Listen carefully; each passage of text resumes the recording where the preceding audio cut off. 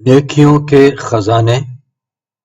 تیسرا خزانہ سبحان اللہ و بحمدہ سبحان اللہ العظیم کہنا۔ عن ابی ہریرہ رضی اللہ عنہ قال قال رسول اللہ صلی اللہ علیہ وآلہ وسلم کلمتان خفیفتان علی اللسان ثقیلتان فی المیزان حبیبتان الی الرحمن سبحان اللہ و بحمدہ سبحان اللہ العظیم۔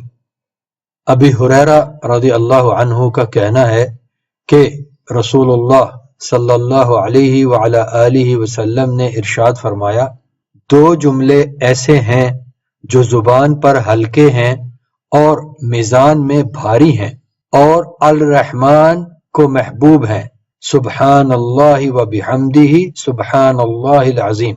حقیقی پاکیزگی اللہ کی ہی ہے، یعنی اللہ ہر نقص اور عیب سے پاک ہے، اور اس کی عطا کردہ توفیق سے ہی میں اس کی تعریف اور ثنا کرتا ہوں۔ اللہ جو عظیم ہے، حقیقی پاکیزگی اسی کی ہے۔